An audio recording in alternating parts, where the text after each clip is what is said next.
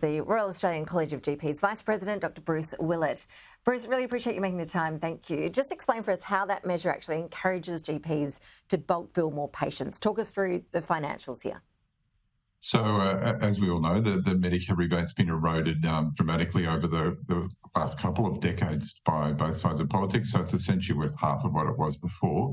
So what the bulk billing incentive is a top-up payment that allows GPs to bulk bill people, essentially vulnerable patients and under 16-year-olds.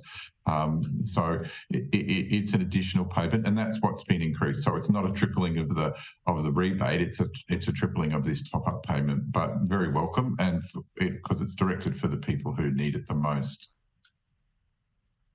And how many people do you think fall into that category of now people who will be able to go to their GP and they might have had to have a top-up payment before, but now will be able to have that bulk billing situation?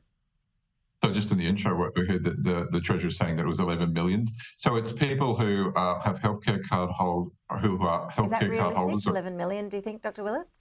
I think that probably is about right. There are, so it's healthcare card holders and under 16. So that is a big section of the community. But of course, people who aren't falling into either of those groups, there is not an additional payment for them. And so I don't think we'll see any decrease in the bulk billing rate amongst those groups, and that's in fact the bulk billing rate is likely to continue to fall in those groups. But it is good to see that the people who need it most are going to get that extra payment.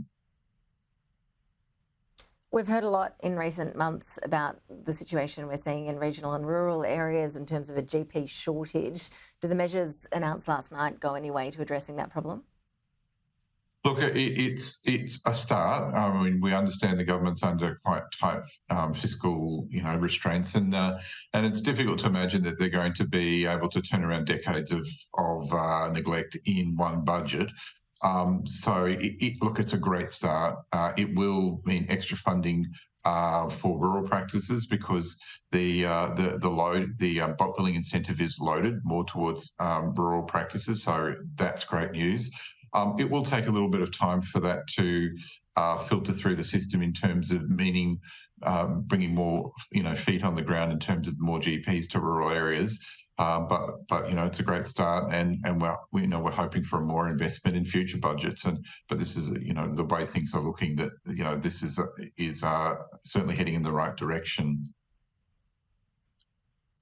When we look at public hospital funding, it didn't seem like there was a huge boost or injection for public hospitals. Were you hoping to see more on that front? Yeah, look, we're seeing that over the last couple of decades that the